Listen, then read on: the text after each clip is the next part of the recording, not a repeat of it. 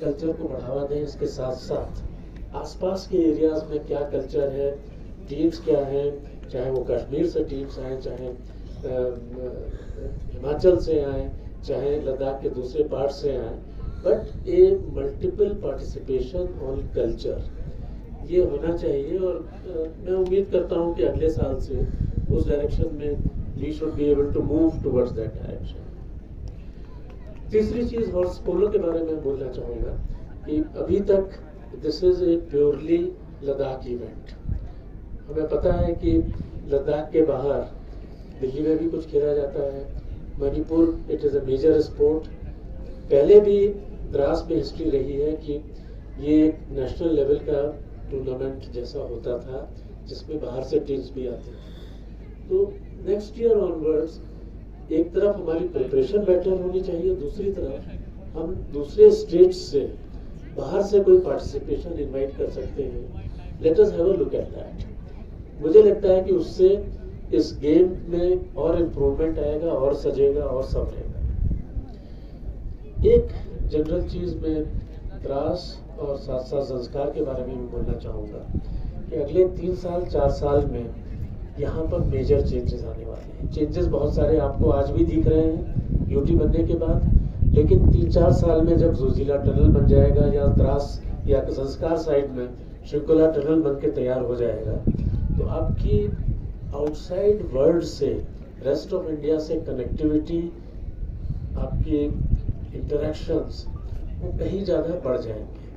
और मुझे लगता है कि उस पोजीशन की, इस सिचुएशन की हमें तैयारी आज से करनी है। तो जिस तरह से हमने चांगथांग के लिए पैकेज बनाया है, मेरा ये मानना है कि द्रास और संस्कार इन दोनों जगहों के लिए, कंसिडरिंग कि यहाँ पर मैक्सिमम चेंज आने वाले हैं, सेपरेट एक रीजनल प्लान बनाने की ज़रूरत है।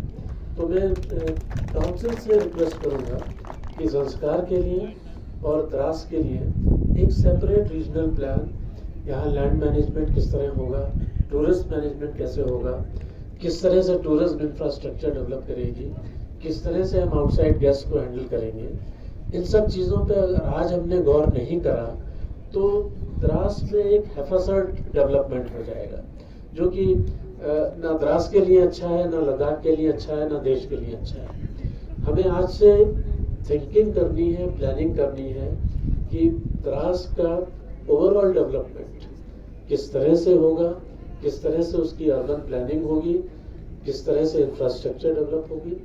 तो इसके लिए मैं ज़रूर काउंसिल से अनुरोध करूँगा, रिक्वेस्ट करूँगा कि आप संस्कार के लिए और द्रास के लिए अगले 1 साल में, 1.5 साल में डिटेल्ड प्लानिंग डेवलप करें, ताकि आउटसाइड वर्ल्ड आकर हमें एकदम से स्वाम्प ना कर दे, हमें एकदम से हैरान ना कर दे कि अब इसे सक्सेसफुली हैंडल करना।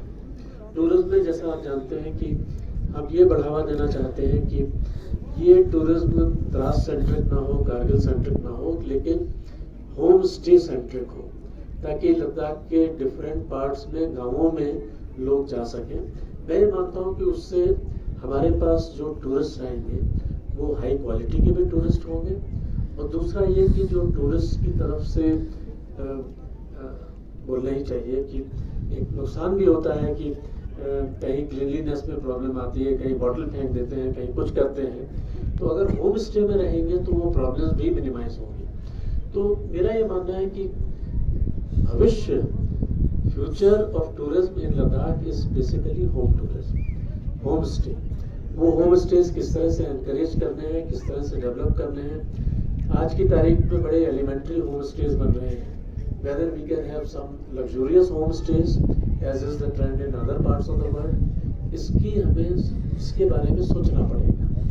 आपका मामानी फेस्टिवल होता है, उस दौरान में मुझे लगता है कि पूरे देश से, पूरी दुनिया से लोग आने में इंटरेस्टेड होंगे, लेकिन उसमें होम स्टे की फैसिलिटीज़ कैसी हैं, कनेक्टिविटी कैसी है, उसको हमें देखना पड़ेगा। तो ये चंद चीज़ें मैं आपके सामने आज बोलना चाहता था।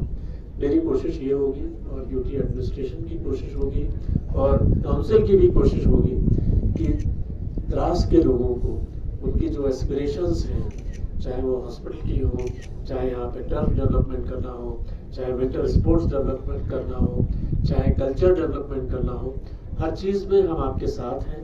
हम आपके साथ मिलकर आगे बढ़ना चाहते हैं और जो कुछ हमसे बन पड़ेगा यूटी एडमिनिस्ट्रेशन से, काउंसिल से, हम आगे बढ़कर आपके साथ मिलकर काम करना चाहते हैं और करेंगे। थैंक यू, धन्यवाद, नमस्कार, जय हिंद।